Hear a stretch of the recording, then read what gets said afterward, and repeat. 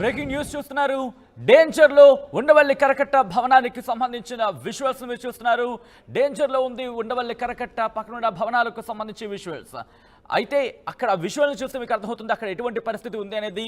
కొన్ని భవనాల్లో first floor దాటి కృష్ణానది ప్రవహిస్తోంది. ఆ విజువల్స్ని చూస్తే కనుక అక్కడ పరిస్థితి ఏంటో ఇట్టే మనకు అర్థమవుతోంది. ఉండవల్లి కరకట్టను ఆనుకొని ఉంది మంతెన సత్యనారాయణ రాజు ప్రకృతి చికిత్సాలయం. అయితే అక్కడ వరద ఉధృతికి కొట్టుకుపోతోంది కరకట్ట. అర్ధరాత్రి నుంచి ఆశ్రమాన్ని చుట్టుముట్టింది వరద నీరు. ఆశ్రమంలోకి 400 మంది ఉన్నారు. ఇన్ఫాక్ట్ విజువల్స్ మీరు చూస్తున్నారు. అక్కడ ఆశ్రమం నుంచి రెస్క్యూ ఆపరేషన్స్ కూడా కొనసాగుతున్నాయి తాళ్ల సాయంతో. అదిగో మీరు చూడొచ్చు, ఒక పెద్ద తాడు సాయంతో అక్కడ వాళ్ళని బయటకు తీసుకొస్తున్న విజువల్స్ మీరు చూడొచ్చు. అంటే ఫస్ట్ ఫ్లోర్ వరకు కూడా అక్కడ చేరుకుంది. కృష్ణానది వరదలకు సంబంధించి విజయవాడ పూర్తిగా మునిగిపోయింది. ఈ నేపథ్యంలో ఎక్కడ చూసిన ఇటువంటి సినారియో. మరి ముఖ్యంగా మంతెన సత్యనారాయణ రాజు ఆశ్రమానికి సంబంధించి విజువల్స్ మీరు చూస్తున్నారు. రోజు వాళ్ళు అక్కడ తిరిగే ప్రాంతం అది. అదుగు మంతెన సత్యనారాయణ రాజు ప్రకృతి ఆశ్రమం అంటూ మీరు చూడొచ్చు. పూర్తిగా కూడా ఆ ప్రాంగణంలోకి నీరు వచ్చేసింది.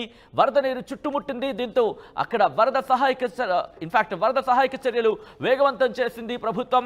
ఈ నేపథ్యంలో అక్కడ ఆ లోపల ఇరుక్కున్న వారిని, చిక్కుకున్న వారిని బయటకు తీసుకొస్తున్నారు. తాళ్ల సాయంతో వారిని రక్షిస్తున్నారు. పూర్తిగా అదుగు వాళ్ళు సాధారణంగా రోజు అక్కడ తిరిగే ప్రాంతం అది. రిలాక్సేషన్ కోసం కావచ్చు, లేకపోతే స్వాంతన కోసం కాస్త ప్రకృతి కాస్త దగ్గరగా ఉందామని ప్రయత్నం చేస్తున్న నేపథ్యంలో వాళ్ళు రోజు అక్కడికి వెళ్ళి నడిచే ప్రాంతం ఉంటుంది. అది విజువల్స్. అయితే ప్రస్తుతం పరిస్థితి అలా లేదు. మరి ముఖ్యంగా ఫస్ట్ ఫ్లోర్ వరకు కూడా వాటర్ టచ్ అయింది. మొదటి అంతస్తు వరకు కూడా వరద నీరు చేరుకుంది. దీంతో ఆశ్రమంలో 400 మందికి పైగా ఉన్నారు. రంగంలోకి దిగారు పోలీసులు, రెస్క్యూ సిబ్బంది. ఆశ్రమంలో ఉన్న వారిని తాళ్ల సాయంతో బయటకు తీసుకొస్తున్న విజువల్స్ మీరు చూడొచ్చు. అదిగో విజువల్స్ ఒక్కసారి చూస్తే అర్థమవుతుంది. ఎందుకంటే ఆ కార్లు చూడండి, దాదాపుగా సగం వరకు మునిగిపోయాయి.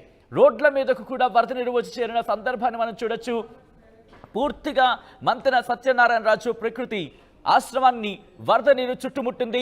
దీంతో అక్కడ వారిని కాపాడేందుకు రెస్క్యూ సిబ్బంది రంగంలోకి దిగారు. భారీ జేసీబీలు కూడా అక్కడికి చేరుకున్నాయి. ఎందుకంటే వరద నీరు క్రమంగా పెరుగుతోంది. 400 మందిని ఒక్కసారి ఆలోచించండి. ఒకరు ఇద్దరు కాదు, 400 మందిని రక్షించాలంటే ఎంత టైం పడుతుందో. మరీ ముఖ్యంగా అక్కడ బయటకు వచ్చేందుకు వీల్లేదు. దీంతో తాళ్ల సాయంతో మరి ముఖ్యంగా వృద్ధులు ఉన్నారు, పెద్దవాళ్ళు ఉన్నారు. దాంతో వాళ్ళందరినీ కూడా అదిగో మీరు ఇక్కడ కిందలో ఒక్కసారి చూడండి. పూర్తిగా గ్రౌండ్ ఫ్లోర్ అయితే మునిగిపోయిన పరిస్థితి. రైట్ సైడ్ బాక్స్లో మీరు చూస్తే కనుక ఆ విజువల్ని చూస్తే మనకు అర్థమవుతుంది. ఐ థింక్ ఇది ఫస్ట్ ఫ్లోర్కి సంబంధించి ఫస్ట్ ఫ్లోర్లోకి వరద నీరు చేరుకుంది. దీంతో వాళ్ళందరినీ కూడా, ఎందుకంటే సెకండ్ ఫ్లోర్, థర్డ్ ఫ్లోర్లో కూడా ఉన్నారు, వాళ్ళందరినీ తాళ్ల సాయంతో బయటకు తీసుకొస్తున్నారు. బయటకు తీసుకొచ్చి జాగ్రత్తగా వాళ్ళని రక్షించే ప్రయత్నం చేస్తున్నారు. ఎందుకంటే వరదలు ఒక్కసారిగా చుట్టుముట్టాయి ఇటు విజయవాడను. విజయవాడను వరద చుట్టుముట్టింది.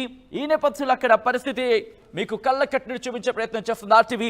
ఇన్ఫాక్ట్ విజయవాడకు సంబంధించి నిన్నటి నుంచి కూడా నిన్నటి నుంచి ప్రకృతి విపత్తు, ప్రకృతి ప్రళయం, జల ప్రళయం, జల దిగ్బంధానికి సంబంధించి ఎక్కడ ఏం జరిగింది, ఏం జరుగుతోంది, ఎటువంటి వాతావరణం ఉంది, మరి ముఖ్యంగా ప్రజలు ఎటువంటి ఇబ్బందులు పడుతున్నారు, విజయవాడ కష్టాన్ని, విజయవాడ జల దిగ్బంధాన్ని, విజయవాడ జల ప్రళయాన్ని, అక్కడ జరుగుతున్న సహాయక చర్యలని ఎప్పటికప్పుడు ఇటు ప్రపంచానికి చూపించే ప్రయత్నం చేస్తోంది ఆర్టీవీ విజువల్స్. మీరు చూస్తున్నారు. మా ప్రతినిధి కృష్ణమోహన్ అప్డేట్స్ అందించేందుకు లైవ్లో సిద్ధంగా ఉన్నారు. కృష్ణమోహన్, ప్రస్తుతం రెస్క్యూ ఆపరేషన్ ఎంతవరకు వచ్చింది? ఒకళ్ళు కాదు, ఇద్దరు కాదు, 400 మంది ఆశ్రమంలో చిక్కుకున్నారు. రెస్క్యూ ఆపరేషన్స్ ఎంతవరకు వచ్చాయి కృష్ణమోహన్? ఎస్ సచిన్, ఒక్కసారిగా వరద ప్రవాహం దాదాపుగా కృష్ణా ప్రవాహ ప్రాంతమైన కరకట్ట మొత్తం కూడా పూర్తిగా కూడా వరద నీటితో నిండిపోయిన పరిస్థితి. కేవలం మంతెన సత్యనారాయణ రాజు ఒకటే కాదు, ఆ ఆశ్రమం ఒకటే కాదు, దాని పక్కన ఆనుకొని ఉన్న వరుసగా అప్ టు చంద్రబాబు ఇంటి వరకు కూడా, ముఖ్యమంత్రి నివసిస్తున్న ఇంటి వరకు కూడా పూర్తిగా కూడా ఆ కరకట్ట మీదనే ఉంటున్న పరిస్థితి. సో ఆ కరకట్ట మీద ఉన్న ఇల్లు మొత్తం కూడా నీటితో ఉన్నాయని చెప్పాలి. ప్రశాంతంగా ప్రధానంగా ఇది మంతెన వ్యవహారంకి వచ్చేసరికి కారణం ఏంటంటే అక్కడ నెలకి 2 క్లాసులు లేదు, నెలకి 2 సెక్షన్స్ జరుగుతుంటాయి. ఒక్కొక్క సెక్షన్ 15 రోజుల పాటు జరిగే పరిస్థితి ఉంటుంది. ఈ 15 రోజులకు వాళ్ళు కొంత అమౌంట్ని చార్జ్ చేస్తారు. తర్వాత 15 రోజుల పాటు వాళ్ళకి చాలా రకాల ఆరోగ్య సమస్యలు ఉన్న వారికి కావచ్చు, లేకపోతే వెయిట్ లాస్ కావచ్చు, ఇటువంటి కొన్ని చికిత్సలు అక్కడ చేస్తూ చాలా పెద్ద ఎత్తున కూడా ప్రచారం పొందిన మంతెన సత్యనారాయణ రాజు ఆశ్రమం అది. ఈ ఆశ్రమానికి తెలుగు రాష్ట్రాల నుంచే కాదు, పొరుగు రాష్ట్రాల నుంచి కూడా, తమిళనాడు, కర్ణాటక, అలాగే ఆంధ్ర, తెలంగాణ, ఈ ప్రాంతాలన్నింటిని కూడా సుదూర ప్రాంతాల నుంచి అక్కడికి క్లాసులు తీసుకునేదానికి, తర్వాత అక్కడ వాళ్ళ చికిత్సను పొందడానికి చాలామంది వస్తుంటారు. ఈ నేపథ్యంలోనే దాదాపుగా 400 మంది కొత్త బ్యాచ్ ఇక్కడ మొదటి 1వ తారీఖున జాయిన్ అయిన పరిస్థితి. మార్నింగ్ నుంచి బాగానే ఉన్నింది. సాయంత్రానికి ఒక్కసారిగా కృష్ణా ప్రవాహం పెరగడంతో ఒక్కసారిగా మంతెన సత్యనారాయణ రాజు ఆశ్రమంలోకి కంప్లీట్గా వచ్చేసింది వాటర్ పూర్తిగా మనుషులు మునిగిపోయేంత వాటర్ వచ్చిన నేపథ్యంలో అక్కడున్న సుదూర ప్రాంతాల నుంచి చికిత్స కోసం వచ్చిన వాళ్ళందరినీ కూడా తిరిగి సురక్షిత ప్రాంతాలకు తరలించేందుకు పెద్ద ఎత్తున రిస్క్ చేయాల్సిన పరిస్థితి అయితే కనపడింది. దాదాపుగా రాత్రంతా నెలల్లో కొంతమంది ఉండాల్సిన పరిస్థితి అయితే ఉంది. కొంతమందిని పైన ఫ్లోర్లకి తరలించారు. ఉదయాన్నే వాళ్ళందరికీ తాళ్ల సహాయంతో బయటికి తీసుకురావాల్సిన పరిస్థితి వచ్చింది. బయటికి తరలించి వాళ్ళందరూ సురక్షిత ప్రాంతాలకు తరలించడానికి ఎక్కడికక్కడ మనం చూస్తాం రోడ్ల మీద వాళ్ళ సొంత వాహనాలు, వాళ్ళ బంధువుల వాహనాల కోసం వాళ్ళు వేచి ఉన్న పరిస్థితి. కొందరు కంపెనీ అంటే ఆశ్రమమే కొందరిని ఇంటికి తరలించే ప్రయత్నం కూడా చేస్తుంది. కానీ అంటే వాళ్ళు ఊహించలేదా, లేకపోతే ఎందుకంటే చుట్టూ ముట్టేసింది. ఇన్ఫాక్ట్ చుట్టూ ఎక్కడ చూసినా కూడా ఆశ్రమం చుట్టూతా కూడా నీరే.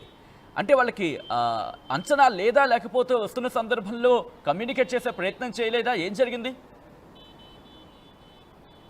అంటే బేసిక్గా చిన్నపాటి వరద వచ్చినప్పుడు సహజంగా నీరు వస్తుంటుంది.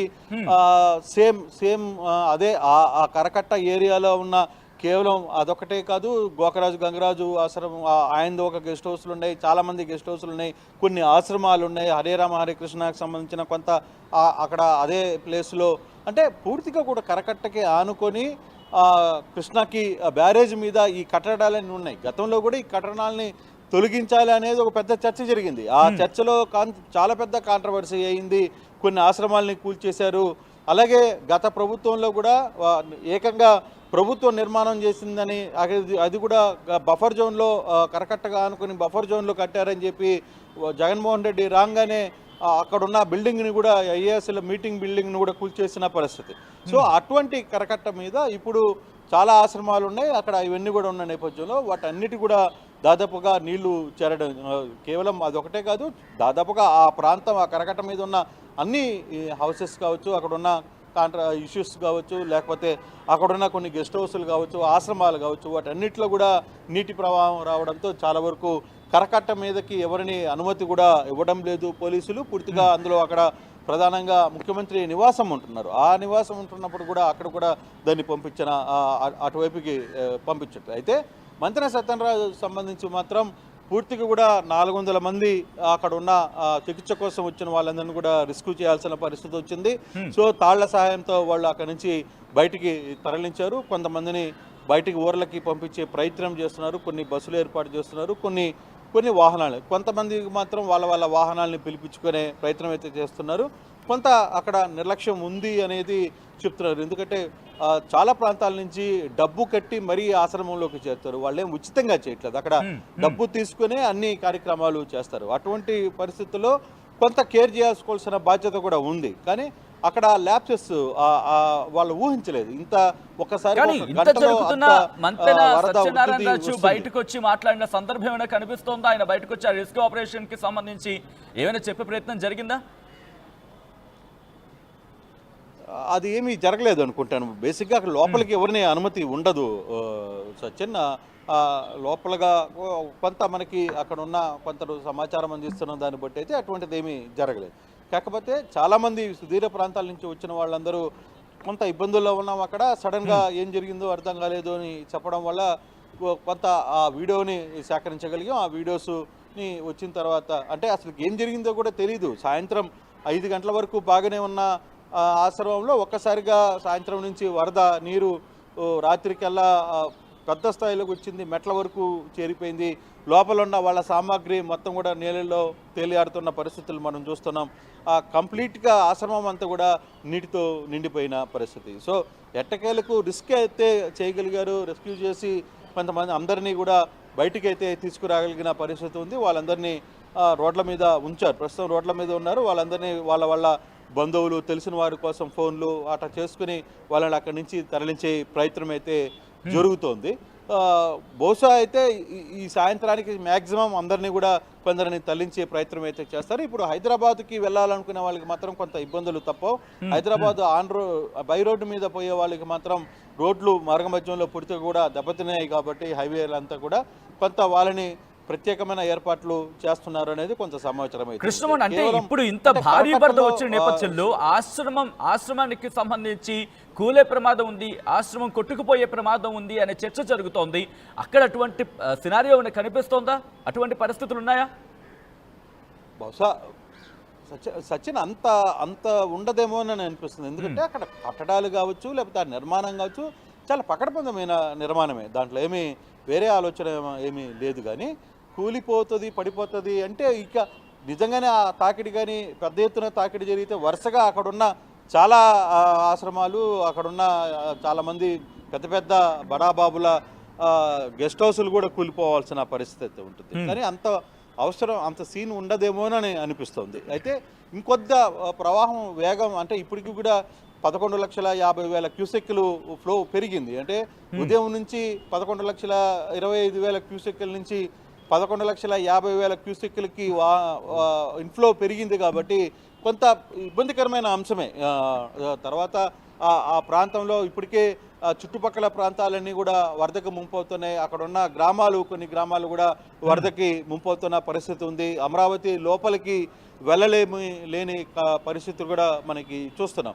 సో అందులో కొంత అది డౌన్ ఫ్లోర్లో ఉన్న ఏరియా కాబట్టి కంప్లీట్గా అది మొత్తం కూడా కృష్ణా నది పక్కనే కూడా ఇదంతా కూడా ఆనుకొని ఉంటుంది కాబట్టి సో ఆ ఎఫెక్ట్ అయితే మొదటగా ఖచ్చితంగా వాళ్ళ మీద పడుతున్న పరిస్థితి మనం చూస్తున్నాం. మరోవైపు చూసుకుంటే ఇదే ఫ్లడ్ని కానీ కొంత ఇప్పుడు అవుట్ఫ్లో కూడా 11 లక్షలు ఫ్లో అయింది. ఉదయం నుంచి మనకి అధికారులు చెప్తున్నారు అసలు ప్రకాశం బ్యారేజే కొత్త ప్రమాదంలో ఉందని చెప్పి స్థానిక ఎమ్మెల్యే చెప్తున్నారు. కొంతమంది నిపుణులు ఈఎన్సీ వెంకటేశ్వరరావు అక్కడ వచ్చి ఇప్పుడు మాట్లాడినప్పుడు చెప్పారు. తర్వాత మంత్రి వచ్చి ఇబ్బంది ఏం లేదు అని చెప్పి ఆయన కొంత దాన్ని కప్పిపుచ్చే ప్రయత్నం చేసినప్పటికీ కూడా వాస్తవం పరిస్థితులు వేరు.